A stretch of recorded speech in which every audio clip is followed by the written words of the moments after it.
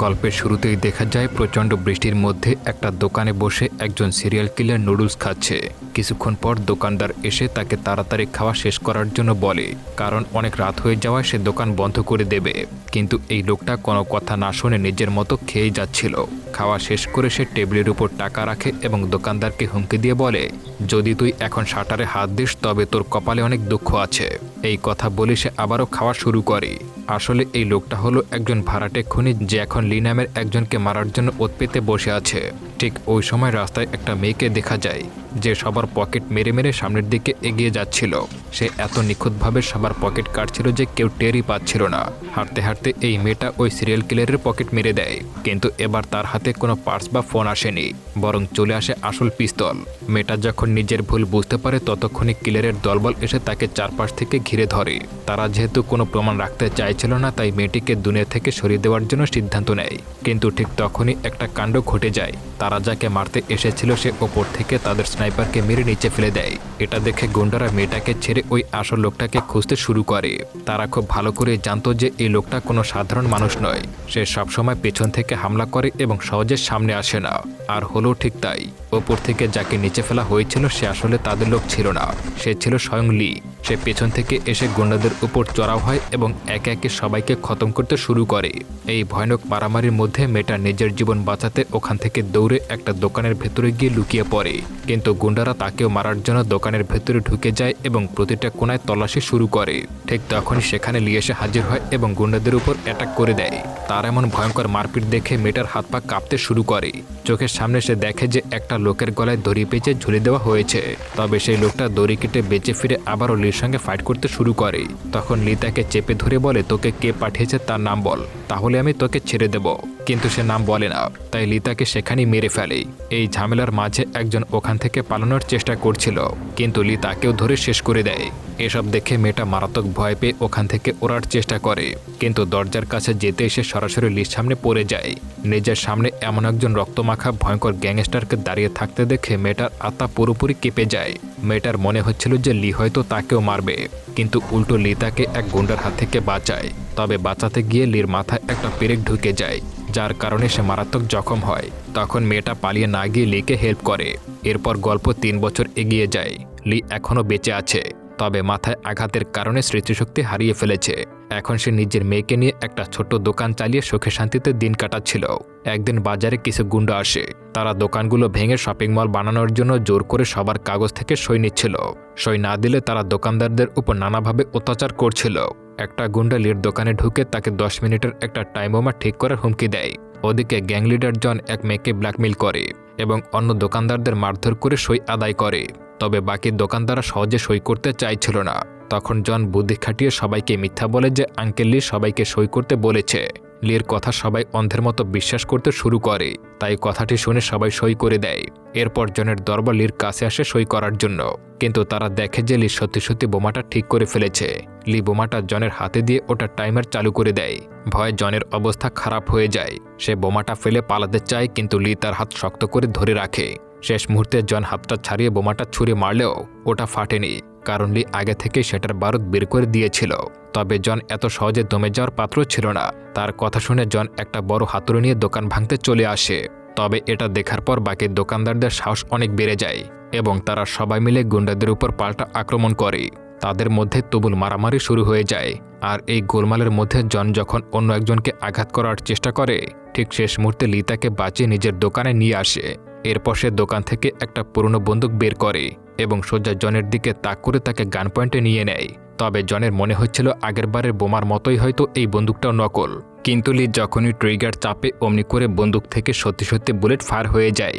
এটা দেখার পর জনের লোকজনরা মারাত্মক ভয় পেয়ে যায়।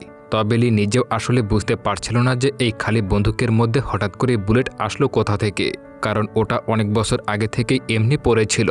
যাই হোক, গুলি যেভাবেই বের হোক না কেন, এতে করে জনের দলবল প্রচণ্ড ভয় পেয়ে যায় এবং দ্রুত সেখান থেকে চলে যায়। এরপরই সেই এলাকায় সাইমন নামের একজন পুলিশ অফিসার চলে আসে এবং লিকে গাড়িতে তুলে থানায় নিয়ে যায়। আসলে সে জানতে চাইছিল লি কেন এভাবে বন্দুক চালিয়েছে। সেখানে বন্দুকের পাশাপাশি লির ঘর থেকে উদ্ধার হওয়া আরও 6 জনের পাসপোর্টের ব্যাপারেও তাকে জিজ্ঞাসাবাদ করা হয়।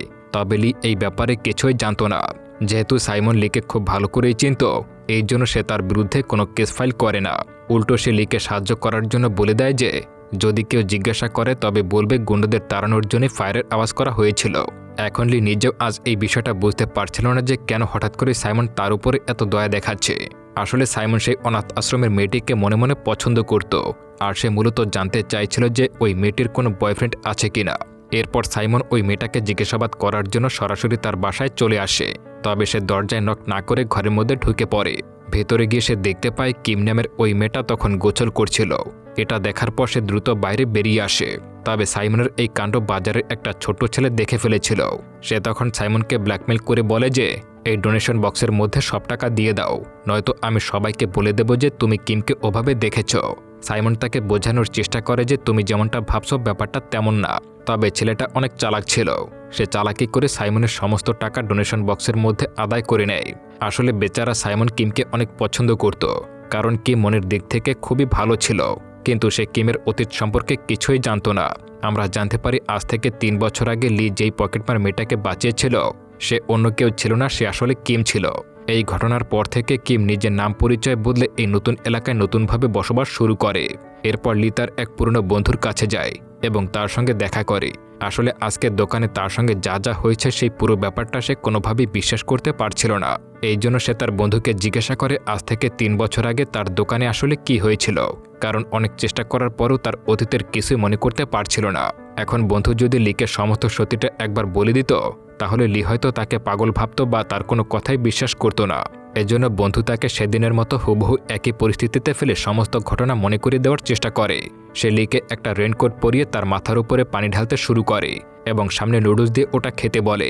বন্ধুর এই কাণ্ড দেখে লির মনে হয় সে পাগল হয়ে গেছে, কিন্তু বন্ধু তাকে চুপচাপ নুডলস খেতে বলে। লি যখন খাওয়া শুরু করে তখনই আয়নায় তার চোখের সামনে 3 বছর আগে সেই সিরিয়াল কিলারের চেহারা ভেসে ওঠে। এরপর বন্ধু যখন একটা নকল চাকু দিয়ে লির পেছনে তাক করে লি নিমিষেই ঘুরে তার হাতটাকে ধরে ফেলে। বন্ধু তখন হেসে বলে, দেখলেই তো, তুমি এখনও অস্ত্র চালানো ভুলে যাওনি। লি তখন বন্ধুর কথাকে মজা ভেবে দোকান থেকে বেরিয়ে এলেও এত বছর পর সে তার অতীতের একটা বড় ঝলক দেখতে পায়। তার ব্রেন অতীত আর বর্তমানের মধ্যে তালগোল পাকিয়ে ফেললেও পুরনো স্মৃতিগুলো আস্তে আস্তে মাথায় ফিরে আসতে শুরু করে। ওদিকে পুলিশ অফিসার সাইমন এবার কিমকে জিজ্ঞাসাবাদ শুরু করে। সে জানতে চায় 3 বছর আগে লির দোকানে চুরির সময় কিম সেখানে কি করেছিল। কিম বুঝতে পারে সাইমন এভাবে তদন্ত চালালে খুব জলদি সব সত্যটা জেনে যাবে। তাই সে সাইমনকে আটকানোর জন্য নতুন নাটকে ভালোবাসা দেখায় এবং লির নাম কেস থেকে বাদ দেওয়ার অনুরোধ করে। সরল মনে সাইমন তার কথায় রাজি হয়ে সেখান থেকে চলে যায়। কিন্তু ততক্ষণে কিম কায়দা করে সাইমনের পকেট মেরে সব প্রমাণ আর লির ঘর থেকে পাওয়া সেই পাসপোর্টগুলো হাতিয়ে নেয়। পাসপোর্টগুলোর ছবি দেখলে বোঝা যায় ওগুলো আলাদা মানুষের হলেও সবার চোখ হুবহু মিল। ইউন এটা নোটিশ করে লিকে জিজ্ঞাসা করলে কিম এসে পাসপোর্টগুলো কেড়ে নেয়। সে লিকে সান্ত্বনা দিয়ে বলে আপনি অতীতে কেমন ছিলেন তাতে কিছুই যায় আসে না, বর্তমানে আপনি আমাদের রক্ষাকর্তা, এটাই সব থেকে বড় কথা। এরপর কিম পাসপোর্টগুলো আবারও পুলিশের কাছে ফেরত দিয়ে পাঠিয়ে দেয়। কিন্তু লি যখন বাজারের দিকে যাচ্ছিল তখন জন আবারও তার গুন্ডা বাহিনী নিয়ে তাকে চারপাশ থেকে ঘিরে ধরে এবং আচ্ছামতো পেটাতে শুরু করে। এই পুরো মারামারি রাস্তার সিসিটিভি ক্যামেরায় রেকর্ড হয়ে যায়, যা থানায় বসে সাইমন নিজেও দেখতে পায়। সাইমন ফুটেজ দেখে লিকে বাঁচাতে ছুটে আসে, কিন্তু ততক্ষণে গুন্ডারা লিকে আধমরা করে পালিয়ে যায়। আশঙ্কাজনক অবস্থায় লিকে হাসপাতালে ভর্তি করানো হয়। এদিকে 3 বছর আগে লিকে মারার সুপারি দেওয়া ওয়াং সিসিটিভি ফুটেজ দেখে বুঝতে পারে যে লি এখনও বেঁচে আছে। তার লোকজন লিকে সাধারণ বুড়ো ভাবলেও ওয়াং আসলে সত্যটা জানত।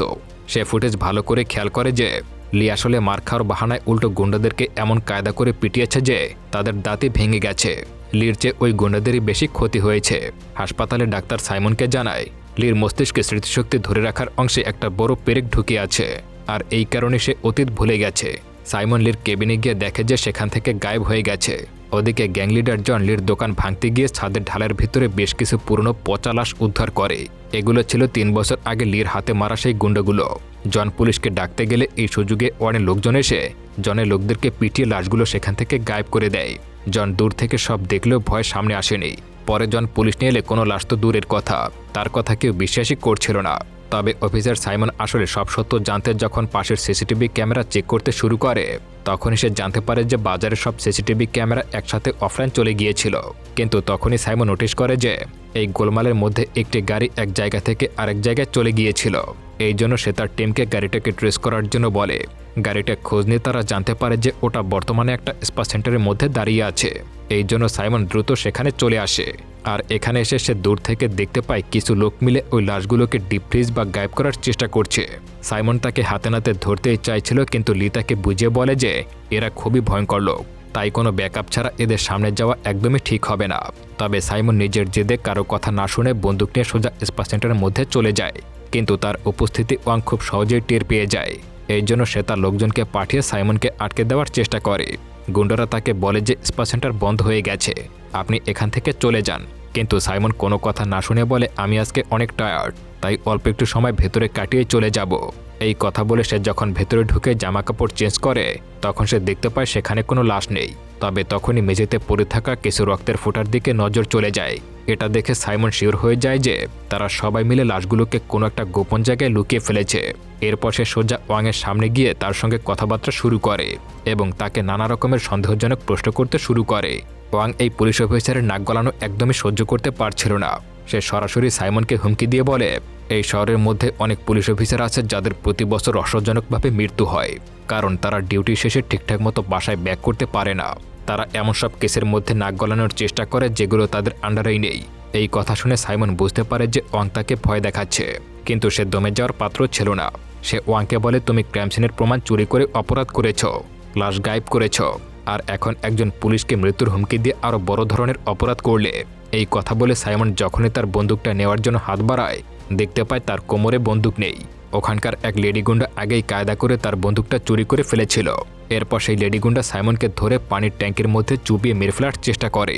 ঠিক তখনই সাইমন পানির নিচে দেখতে পায় ওয়াংয়ের লোকেরা সমস্ত লাশ এই পানির মধ্যে লুকিয়ে রেখেছিল। লেডি গুন্ডাটা সাইমনকে শ্বাসরোধ করে মেরেই ফেলত, কিন্তু একদম শেষ মুহূর্তে সেখানে লি এসে হাজির হয়।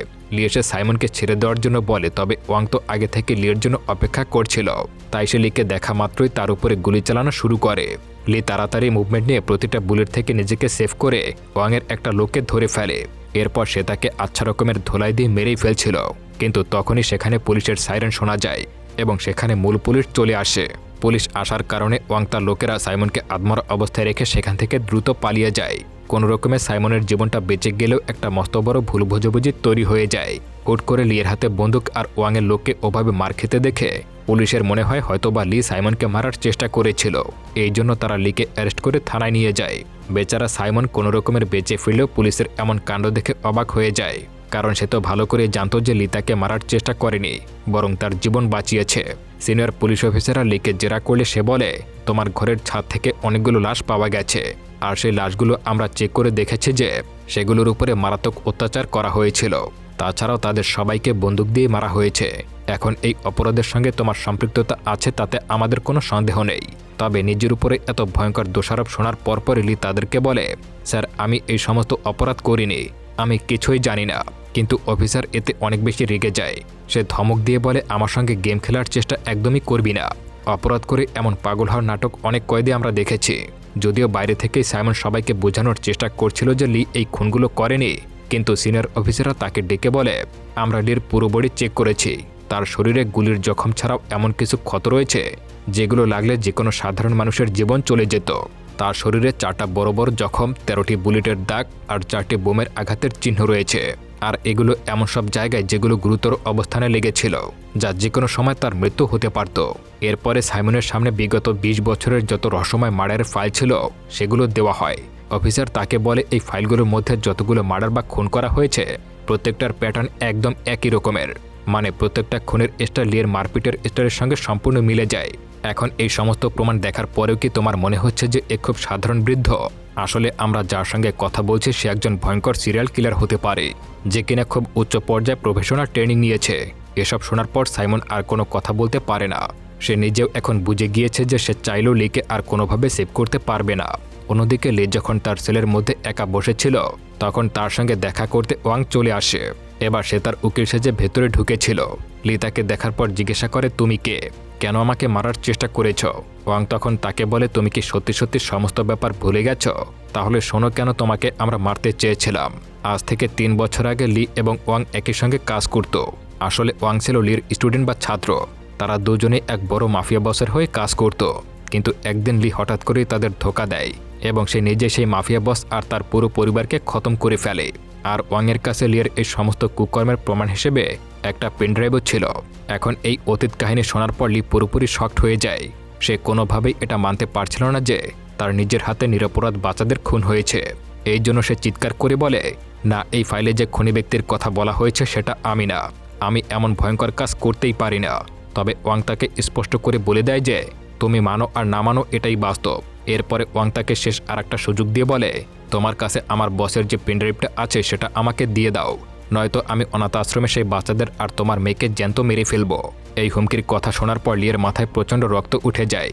সে প্রচণ্ড রেগে ওয়াংয়ের উপরে খাঁচাবন্দি বাঘের মতো আক্রমণ করার চেষ্টা করে, কিন্তু তখনই পুলিশরা ছুটে এসে তাকে থামিয়ে দেয় এবং দ্রুত লকআপের ভেতরে আটকে ফেলে।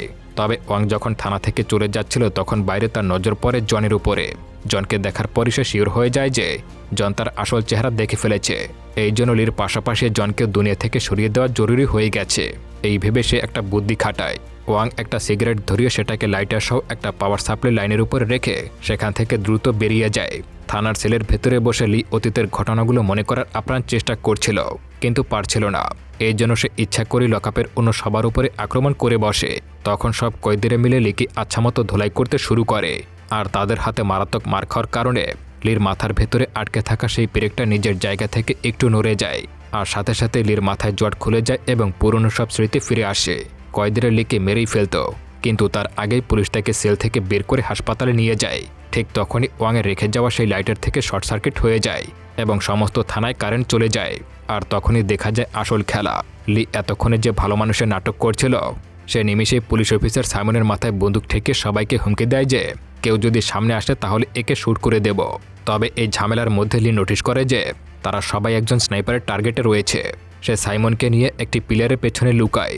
ঠিক তখনই একটি বড় ট্রাক থানার ব্যারিকেড ভেঙে ভেতরে ঢুকে যায়। ট্রাকটি আসলে লির বন্ধু হং চালাচ্ছিল। লি দ্রুত ট্রাকে উঠে পড়ে এবং তারা ওখান থেকে পালিয়ে যায়। পরদিন হংয়ের কাছ থেকে জানা যায় 3 বছর আগে লাশগুলো হং নিজে লির দোকানের ছাদে লুকিয়ে ঢালাই করে দিয়েছিল। ওয়াং রটিয়ে দেয় যে তুমি বসের পরিবারকে ইচ্ছা করেই মেরেছ, তাই সবাই তোমাকে খুঁজতেছিল। আমি তোমাকে বাঁচাতে ওয়াংকে তোমার মৃত্যুর মিথ্যা খবরটা দিয়েছিলাম। সব শুনে লি বলে, আমি ভালো করে জানি আসল খুনিকে, আর তার প্রমাণও আমার কাছে রয়েছে। তবে এখন ওয়াংকে খুঁজতে হবে, কারণ সে অনাথ আশ্রমের বাচ্চাদেরকে কিডন্যাপ করেছে। বাচ্চাদের কথা শুনে কিম লিকে জিজ্ঞাসা করে, আঙ্কেল, তুমি তো বাচ্চাদেরকে বাঁচাবে তাই তো? কিন্তু স্মৃতিশক্তি ফিরে আসার পর সে সম্পূর্ণ বদলে গিয়ে খতরনাক ভিরেন হয়ে যায়। এখন আর কারোর জীবন নিয়ে তার কোনো টেনশন ছিল না। সে উল্টো সাইমনের পায়ের নিচে মারাত্মক একটা প্রেসার বোমা লাগিয়ে দেয়। সাইমন বোমাটাকে নকল ভাবলে লি ঠান্ডা মাথায় বলে, পাটা একবার সরিয়েই দেখো। এইটুকু বলে সে সাইমনকে ওখানে রেখে ওয়াংকে খোঁজার জন্য বেরিয়ে যায়। স্মৃতিশক্তি ফিরে পাওয়ার পর লি পুলিশকে আক্রমণ করার জন্য তাদের কাছে চলে আসে। সে তার গোপন আস্তানা থেকে আসল পেনড্রাইভটা খুঁজে বের করে পালানোর চেষ্টা করছিল, কিন্তু তখনই ওয়াংয়ের লোকজন এসে তার উপরে হামলা চালায়। লির সঙ্গে তাদের তুমুল মারামারি হয়ে যায়। তবে ধস্তাধস্তির এক পর্যায়ে লির হাত থেকে সেই পেনড্রাইভটা নিচে পড়ে যায় এবং ওয়াং খুব সহজে সেটা তুলে নেয়। নিজের কাঙ্ক্ষিত জিনিস পেয়ে ওয়াং তার এক হ্যাকার বন্ধুকে মেসেজ দেয়। সেই হ্যাকার পুলিশের মনোযোগ ঘোরানোর জন্য এক ঝাঁকে ড্রোন ছুড়ে মারে। ড্রোনগুলো একের পর এক ব্লাস্ট হয়ে পুলিশ জখম হয়ে পড়ে। পুলিশে ব্যাকআপ ডাকার চেষ্টা করলেও হ্যাকাররা সব সিগন্যাল জ্যাম করে দিয়েছিল। তবে লি টিম একটা দারুণ সমাধান বের করে। তারা সবাই বাইরে বেরিয়ে এসে একটা লাইট অন করে দেয়, যাতে ড্রোনগুলো নিজেরা কনফিউজড হয়ে এদিক ওদিক ব্লাস্ট করতে শুরু করে। অন্যদিকে কিম যখন এক জায়গায় পৌঁছায়, সে দেখতে পায় সেখানে ওয়াংয়ের গুন্ডারা উৎপেতে বসে আছে। কিম চালাকি করে ওদের গ্রেনেডগুলো চুরি করে নিয়ে যায়। তারা কিমকে মারার জন্য অন্য অস্ত্র তাক করতে সেখানে ইউন এসে হাজির হয়। ইউন কিছু না ভেবে কিমের কাছে সাহায্য চাইতে শুরু করে, কারণ সে জানতো না যে পেছনে গুন্ডারা বসে আছে। কিম তখন তাদের উপরে গ্রেনেড ছুড়ে মেরে ইউনকে নিয়ে পালানোর চেষ্টা করে। গুন্ডারা আহত হলেও তারা কিমকে চারপাশ দিয়ে ঘিরে ফেলে। ঠিক তখনই সেখানে ওয়াংয়ের সবচেয়ে পাওয়ারফুল কিলার এসে লির সঙ্গে মারামারি শুরু করে, কিন্তু লি তাকে খুব সহজেই খতম করে দেয়। তখনই এক মেয়ে বাইক নিয়ে তার অনাথ আশ্রমের ভেতরে পাগলের মতো গুলি চালাতে শুরু করে। লি তখন একটু সময় নষ্ট না করে নিজের বাইক দিয়ে তাকে সজোরে পিষে ফেলে। ওদিকে ওয়াং যখন পেনড্রাইভটা ল্যাপটপে ওপেন করে, সে বুঝতে পারে যে লি তাকে আস্ত একটা বেকুব বানিয়েছে। ওটা আসলে একটা ফেক পেনড্রাইভ ছিল। রাগের মাথায় সে তার হ্যাকার বন্ধুকে বলে যে তাদের সবচেয়ে বড় চালটা চালার জন্য হ্যাকারের সেট করা একটা অটোমেটিক মোশন ট্র্যাকার বন্দুক সেখানে থাকা পুলিশদের টার্গেট করে নিখুঁতভাবে ফায়ার করতে শুরু করে এবং চোখের পলকে সব পুলিশকে মেরে ফেলা হয়। হং খুব ভালো করে জানতো যে এই বন্দুকটা দূর থেকে কন্ট্রোল করা হচ্ছে। হ্যাকার ভেবেছিল তাকে কেউ ধরতে পারবে না, কিন্তু হং তাকে খুঁজে বের করে গান পয়েন্ট করে ফেলে। তখন হ্যাকার হংয়ের উপরে পাল্টা আক্রমণ করে এবং দুজনের মধ্যে খতরনাক ফাইট শুরু হয়ে যায়। হং বয়সের কারণে কিছুটা দুর্বল হলেও হ্যাকারের সাথে সমান তালে লড়ে যাচ্ছিল। এক পর্যায়ে হ্যাকার যখন হংকে মেরেই ফেলত, ঠিক তখনই কিম এসে হ্যাকারকে পেছন থেকে সজোরে আঘাত করে বেহুশ করে দেয়। সাইমন সাথে সাথে ল্যাপটপটা পানির মধ্যে ফেলে দিলে ওই অটোমেটিক বন্দুকটা বন্ধ হয়ে যায়। হং তখন গ্লাসের টেম্পারেচার বাড়ানোর কথা বলছিল, কিন্তু তার আগেই বেহুশ হ্যাকার আবারও জেগে ওঠে, কিমকে ধরে ফেলে এবং তাকে গুলি করার চেষ্টা করে। ঠিক গুলি করার আগের মুহূর্তেই সাইমন মাঝখানে চলে আসে এবং বুলেটটা সাইমনের গায়ে লাগে। রক্তাক্ত সাইমন কিমকে বলে, মৃত্যু নিয়ে আমার কোনো ভয় নেই, আমার শুধু আফসোস যে প্রমোশন পাওয়ার আগে আমি মরেই যাচ্ছি, তবে এখন শুধু তোমার কথাই মনে পড়ছে। এটা শুনে কিমের মন ভেঙে যায়। সাইমন যখন চোখ বন্ধ করে ফেলে, কিম তাকে চিৎকার করে বলে, আমাকে যদি পেতে চাও তাহলে ভুলেও মরে যেও না। এই বলে সে সাইমনকে একটা জোরে ইলেকট্রিক শক দেয়, যার কারণে সাইমনের হার্টবিট আবারও ফিরে আসে এবং হঠাৎ করে সে বেঁচে যায়। অন্যদিকে হ্যাকার তাদের মৃত্যুর মুখে ফেলে রেখে আবারও সেই মেশিন গানের দিকে ছুটে যায়। হ্যাকার যখন মেশিন গান দিয়ে সবাইকে মারার প্রস্তুতি নিচ্ছিল, তখন লি একটা ভারী রড দিয়ে আঘাত করে তাকে শেষ করে দেয়। তবে নিজে গুরুতর আহত থাকায় লি সেখানে অজ্ঞান হয়ে পড়ে যায়। একটু পরে জ্ঞান ফিরে এসে সামনে থাকা ওয়াংকে দেখতে পায় এবং লির মাথার সব স্মৃতি এক নিমেষেই ফিরে আসে। আমরা জানতে পারি 3 বছর আগে ওয়াং আসলে কোম্পানির সঙ্গে বেইমানি করেছিল। মাফিয়ার বস যখন ওয়াংকে মারতে চায়, তখন লি উল্টো বসের পরিবারকে খতম করে ওয়াংকে বাঁচায়। কিন্তু পরে লি যখন আবারও বসের বাসায় ব্যাক করে, সে দেখতে পায় ওয়াং নিজেই বসকে মেরে ফেলেছে। মাফিয়া বস যখন ওয়াংকে মারতে চায়, তখন লি তার বসকে বুঝায় যে ওকে মারার দরকার নেই। কিন্তু একটু পরে লি যখন আবারও তার বসের বাসায় ব্যাক করে, সে দেখতে পায় ওয়াং নিজেই তার বসকে মেরে পেনড্রাইভটা হাতিয়ে নিয়েছে। আসলে ওটা ছিল একটা নকল পেনড্রাইভ। আসল পেনড্রাইভটা আসলে লির কাছে ছিল। বর্তমানে ওয়াং সেই আসল পেনড্রাইভের জন্য কিম আর ইয়নকে মেরে ফেলার হুমকি দিলেও লি রেগে তার উপরে ঝাঁপিয়ে পড়ে। ওয়াং লির হাতে চাকু ঢুকিয়ে দিলে লি বাধ্য হয়ে ড্রাইভটা বের করে দেয়। ওয়াং সেটা নেওয়ার জন্য হাত বাড়াতেই লি চতুরতার সাথে হাতকড়া দিয়ে নিজের হাতের সঙ্গে সেট করে দেয়। লির হাতের ঘড়িতে একটা ট্র্যাকার চালু ছিল, যার দিকে একটা ড্রোন মিসাইল ধেয়ে আসছিল। লি ওয়াংকে বলে, আমার মাথায় ইন্টারনাল ব্লিডিং হচ্ছে, আমার মৃত্যু নিশ্চিত। সেদিন তোমাকে বাঁচিয়েছিলাম, আজ তোমাকে মেরেই ছাড়বো। লি তখন সাইমনকে বলে কিম ও ইয়নকে চলে যেতে। এরপর সে সুন্দর স্মৃতিগুলো ভাবতে ভাবতে বেহুশ হয়ে যায়। লি বেহুশ হতেই ওয়াং কোনো মতে হাতকড়া খুলে পেনড্রাইভটা নিয়ে পালিয়ে যায়। সে ভাবে লি তো এমনিতেই মারা যাবে, তাকে গুলি করে কি লাভ। গাড়িতে গিয়ে ওয়াং যখন পেনড্রাইভটা চেক করে, সে দেখতে পায় আসলটা রয়েছে। কিন্তু তখনই ল্যাপটপে একটা রেড লাইট জ্বলে ওঠে। ওয়াং বুঝতে পারে যে এই ড্রাইভে হয়তো ট্র্যাকার লুকানো আছে, কিন্তু মিসাইলটির দিক পরিবর্তন করে সোজা ওয়াংয়ের গাড়িতে আঘাত করে এবং এক ভয়ঙ্কর ব্লাস্ট হয়ে ওয়াং মারা যায়। আসলে আসল ড্রাইভটা লির কাছেই ছিল, যা ওয়াংকে ট্র্যাপে ফেলে দেয়। এই ঘটনার পর থেকে আর কেউ কখনো লিকে দেখতে পায়নি। কেউ বলে সে জেলে রয়েছে, কেউ বলে হসপিটালে মৃত্যু হয়েছে। তবে এই এলাকায় বাচ্চারা আঙ্কেল লির বীরত্বর গল্প শুনে সবাই বড় হয়েছে এবং তাকে সবাই অনেক ভালোবাসে। একেবারে শেষে দেখা যায় ইউন এখন নিজেকে শুধরে ভালো পথে চলার চেষ্টা করছে এবং অফিসার সাইমনও প্রমোশন পেয়ে গেছে। আর এই চমৎকার দৃশ্য দেখিয়ে গল্পটা এখানেই শেষ হয়ে যায়।